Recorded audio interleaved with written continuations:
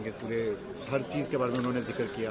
देखिए, प्रधानमंत्री जी ने मुझे लगता है विपक्ष के जितने सवाल थे उसका जवाब देने का काम किया, और यही हम लोगों की सोच है। आप कीजिए तो सवाल कीजिए, हम लोग जवाब देने को तैयार हैं। आज प्रधानमंत्री जी ने जितने सवाल उठाए गए, न सिर्फ उसका जवाब दिया, बल्कि जो लोग सवाल उठा रहे हैं उन्होंने अपने कालखंड में उनकी कार्यशैली कैसी रही, इस तक का उदाहरण के साथ उन्होंने जवाब देने का काम किया। आज जिस तरीके से सदन में प्रधानमंत्री जी ने अपनी बातों को रखा, ये दर्शाता है कि अगर विपक्ष साथ दे, ये खूबसूरत चर्चा के माध्यम से भी हो सकता था। विपक्ष भी अपनी बातों को रखता, संभवतः अपने और साथियों को भी मौका देता। जिनको मौका नहीं दिया गया वो भी अपनी बातों को सदन के पटल पे रखते। जितने ज्यादा सवाल आते उतने ज्यादा जवाब प्रधानमंत्री जी के द्वारा दिए जाते। सरकार होने के नाते हम सबका उत्तरदायित्व है, जिम्मेदारी है, और उसी जिम्मेदारी को आज प्रधानमंत्री जी ने निभाने का काम किया।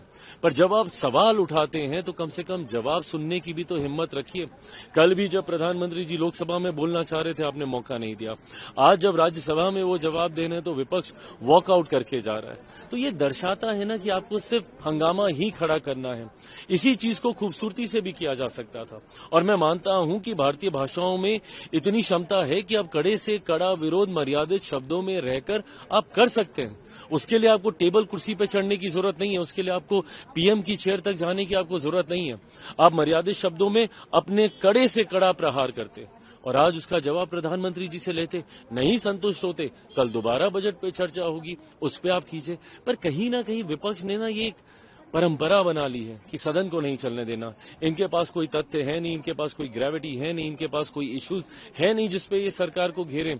तो एकमात्र विकल्प बचता है कि सदन चलने ही ना दो, हर बार हंगामा करो। और आप देख लीजिए पिछले जितने सेशंस हैं, हर बार इन्होंने कोई ना कोई विषय को उठाकर उस पर हंगामा किया और सदन में गतिरोध कर सदन को चलने नहीं दिया। अगर सिर्फ हंगामा करना ही आपकी सोच है तो ये कम से कम लोकतंत्र को मजबूत तो नहीं करता है। कैसे देखते हैं आप? बहुत तीखा हमला किया है प्रधानमंत्री ने। ये कहा है कि मोदी तेरी कब खुदे की नारा लगाने वाले लोग का इंटेंशन क्या है, क्या करना है? आईएनएस को लगा हुआ है। थोड़ा रुक के बोल दीजिए।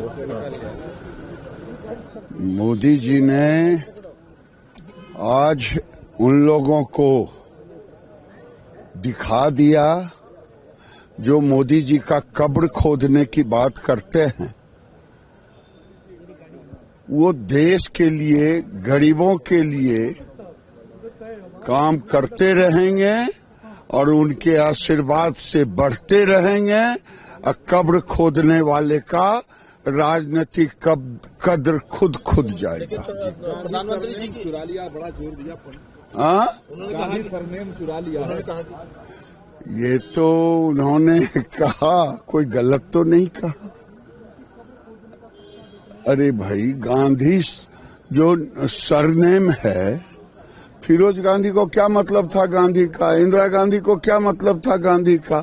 नेहरू लगाते, लेकिन राजनीतिक फायदे के लिए, विश्वसनीयता के लिए वो चुराया, लेकिन जनता ने वो भी उससे छीन लिया। प्रधानमंत्री जी ने अपने भाषण में जो राष्ट्रपति जी के भाषण के मोशन ऑफ थैंक्स भी दिया, तो इसमें इन्होंने पूरा जितने भी मुद्दे थे और जितने भी देश के उन्नति हुए उसके बारे में देशवासियों को सूचना दिया है।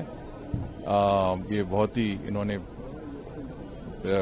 जिक्र किया कि हमारे लिए बहुत ही गर्व की बात है कि हम दुनिया में तीसरा अर्थव्यवस्था बनने जा रहे हैं।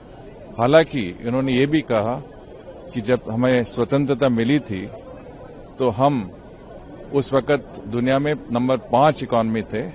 उसके बाद जिस तरह से कांग्रेस सरकार ने देश को चलाया, हम 11 नंबर में चले गए थे। पर अब मोदी सरकार के आप कह सकते हैं अचीवमेंट्स देखते हुए हम 3 नंबर में आने वाले हैं। तो ये भी एक बहुत बड़ी चीज है। आज हमने इतने बड़े देशों के साथ, 27 देशों के साथ ट्रेड डील किया है, ईयू के साथ, यूएसए के साथ ट्रेड डील किया है। तो ये देखते हुए हम दुनिया के विश्व मित्र, विश्व बंधु माने जाते हैं। और इसमें एक बहुत गर्व सी बात है कि भारत विश्व की सोच में एक बहुत ही बड़ा अर्थव्यवस्था बन रही है और इन्होंने हमें 2047 का मार्गदर्शन दिखाया जिसमें हम विकसित भारत बनना चाहते हैं।